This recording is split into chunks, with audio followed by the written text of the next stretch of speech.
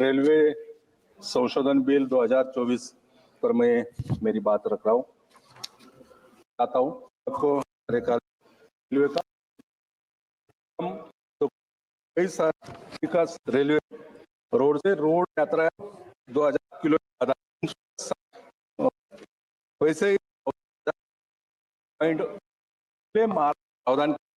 मुंबई तक अमृत चालू आहे कावींना छूट एक चौथे लंके जी। अध्यक्ष महोदय, नगर पुणे इंटरसिटी लाईनचे काम केवळ मेंटेनन्स पॉइंट उपलब्ध नसल्यामुळे अनेक वर्षापासून प्रलंबित आहे। ते लवकरात लवकर सुरू करण्याबाबत एक माझी माहिती आहे आणि अध्यक्ष महोदय अतिशय महत्त्वाच्या विषयावर मी या ठिकाणी तुम्हाला सांगू इच्छितो की छत्रपती संभाजीनगर ते नगर ते पुणा तसेच नगर ते कल्याण रेल्वे प्रवास सुरू करण्याबाबतचा विषय। अध्यक्ष महोदय, संभाजीनगर ते नगर आणि पुणे रेल्वे मार्ग अनेक महत्त्वाच्या संबंधित आहे। या मार्गावरील शहरामध्ये श्री क्षेत्र देवगड देवस्थान, श्री क्षेत्र शनी शिंगणापूर तसेच श्री क्षेत्र शिर्डी आणि श्री क्षेत्र गणपती रांजणगाव असे महत्त्वपूर्ण धार्मिक स्थळ येत आहेत आणि या धार्मिक स्थळांना येणारी संख्या मोठ्या प्रमाणात आहे।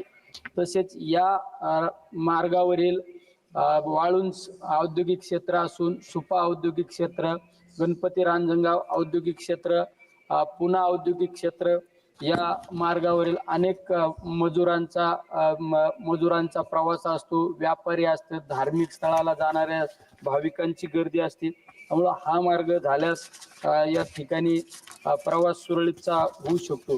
तसेच या मार्गावरील पुणा एअरपोर्ट, शिर्डी एअरपोर्ट आणि संभाजीनगर एअरपोर्ट आहे, त्यामुळे हा मार्ग सर्वात अतिशय महत्त्वाचा आहे।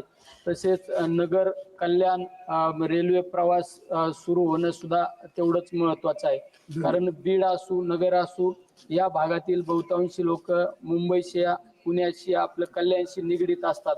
त्यामुळे तो मार्ग पण लवकरात लवकर सुरू करून प्रवाशांना त्या ठिकाणी उपलब्ध करून द्यावा।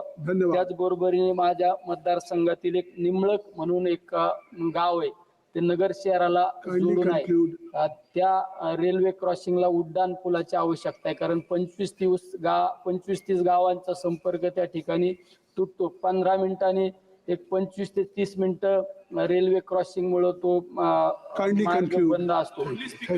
तरी लवकरात लवकर तो उड्डाण पूल सुद्धा सुरू होण्याबाबत आमची मागणी आहे।